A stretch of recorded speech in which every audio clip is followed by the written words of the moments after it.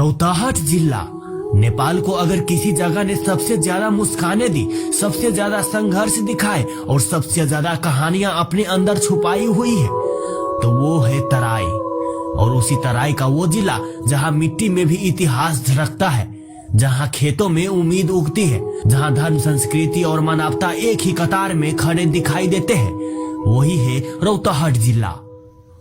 आज हम सिर्फ एक जिला नहीं देखेंगे, हम उस मिट्टी की आत्मा को सुनेंगे जो सदियों से बोलने का इंतजार कर रही है। रौताहट मध्य प्रदेश का महत्वपूर्ण जिला है। पूर्व में सप्तरी सिरहा नहीं बल्कि सरलाही है, पश्चिम में बारा, उत्तर में मकवानपुर और दक्षिण में भारत का बिहार। यहाँ की भाषाएं भोजपुरी, मैथिली, नेपाली, उर्दू, हिंदी, लेकिन यहाँ दिल बोलता है अपनापन, मेहनत और भाईचारा का। ये जिला खेतों से शुरू होकर नदियों और जंगलों में फैला जाता है। यहाँ जनजीवन सरल, सुबह का सूरज, खेतों की महक, बाजार की चहल पहल और शाम का सफेद धुआं, ये सब यहाँ की कहानी का हिस्सा है। रौताहट का उल्लेख कई प्राचीन ग्रंथों में मिलता है। अनुमान है कि यहाँ मानव बसावट लिच्छवियों के समय से ही है।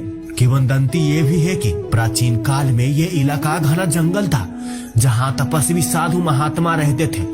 कुछ लोग कहते हैं कि रौताहट नाम राउत जाति के निवास से बना। कुछ कहते हैं ये एक ऐसी भूमि थी जहाँ राह यानी रास्ता और हट यानी बाजार दोनों मिलते थे, इसीलिए नाम पड़ा रौताहट। ये जिला व्यापार, धार्मिक यात्रा और संस्कृतियों का जुड़ाव बिंदु रहा है और यहाँ की मिट्टी वीरों को जन्म देती है। आज भी रौताहट के कई युवक नेपाल सेना, सशस्त्र पुलिस भीषण घटनाओं के दौरान बहादुरी का उदाहरण बने हैं। मधेश आंदोलन में यहाँ की भूमिका इतिहास के पन्नों पर लिखी गई है। रौताहट ने अपने युवा, अपना खून, अपनी आवाज सब कुछ दिया। गरुड़ा रौताहट का आर्थिक केंद्र है। यहाँ व्यापार, शिक्षा, अस्पताल सब कुछ तेजी से बढ़ रहा है। दिनों में यहाँ भीड़ होती है, रात में सड़क चमकती है और हर दुकान के पीछे एक संघर्ष की कहानी होती है। गौर सिर्फ एक शहर नहीं, ये रौताहट का सांस लेने वाला इतिहास है। कभी ये प्रशासनिक और सांस्कृतिक राजधानी हुआ करता था। आज भी यहाँ की मिट्टी में इतिहास की गंध बाकी है। कहा जाता है कि ये किला कभी युद्ध राजनीति का गुप्त केंद्र था।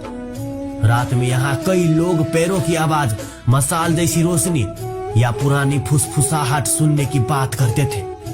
ये मठ सिर्फ पूजा का स्थान नहीं, ये कई तपस्वियों ने अपनी जीवन साधना पूरी की है। और कई लोग दावा करते हैं कि भोर में यहाँ घंटियों की आवाज बिना किसी के बजाय सुनाई देती है। गढ़ीबाई मंदिर, जहाँ लोग मान्यता के साथ आते हैं और विश्वास लेकर जाते हैं। यहाँ का महोत्सव दुनिया का बड़ा अनुष्ठान माना जाता है, लेकिन इसके पीछे कई पुरानी कथाएं भी छुपी है। रौताहट की धरती सुंदर है, लेकिन बागमती और लालकबैया नदियों का क्रोध कई बार इस जिले को रुला देती है। बरसात में जब नदी उफान पर आती है तो घर, खेत, पशु सब कुछ बह जाता है। लेकिन आश्चर्य यह है, रौताहट का इंसान टूटता नहीं। वो फिर उठता है, फिर घर बनाता है, फिर फसल उगाता है। ये जिला धार्मिक और संस्कृति विविधता का घर है। यहाँ छठ पूजा की भव्यता, तीज का उल्लास, ईद की खुशियाँ, होली की रंगत और दीपावली की जगमगाहट सभी एक साथ दिखते हैं। यहाँ गली गली में भोजपुरी गीत, मैथिली लोक नृत्य और मधेसी सादगी जिंदगी को खूबसूरत बनाती है। रौताहट के एक छोटे गांव में एक पिता रहते थे। उनका बेटा विदेश गया था कमाने। हर महीने पैसा आते थे, लेकिन बेटा की आवाज नहीं। पिता हर शाम घर के बाहर बैठते रहते थे, रास्ते देखते, कभी सोचते शायद आज वो फोन करेगा, शायद आज वो आएगा। समय बीतता गया, लेकिन बेटा नहीं आया। एक दिन बुजुर्ग पिता ने कहा, मैं इंतजार करूंगा जब तक सांस रहेगा। गांव के लोग कहते हैं उनकी आंखों में आंसू थे, लेकिन दिल में उम्मीद थी।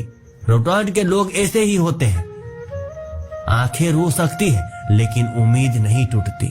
आज का रौताहट बदल रहा है। नई सड़कें, शिक्षा संस्था, बाजार, व्यापार, कृषि में नई तकनीक, सब कुछ इसे आगे बढ़ा रहा है। रौताहट सिर्फ एक जिला नहीं, ये एक कहानी है संघर्ष की, विश्वास की, संस्कृति की और मानवता की। रौताहट की मिट्टी में दर्द भी है, खुशबू भी है, रहस्य भी है और उम्मीद भी है। अगर आप तराई को समझना चाहते हैं तो रौताहट को महसूस कीजिए। क्योंकि रौटहट मधेश की आत्मा है। तो दोस्तों ये था रौटहट जिला का कथा। अगर ये वीडियो आपको अच्छा लगा होगा तो वीडियो को लाइक शेयर करके मेरे पेज को फॉलो करना मत भूलिएगा।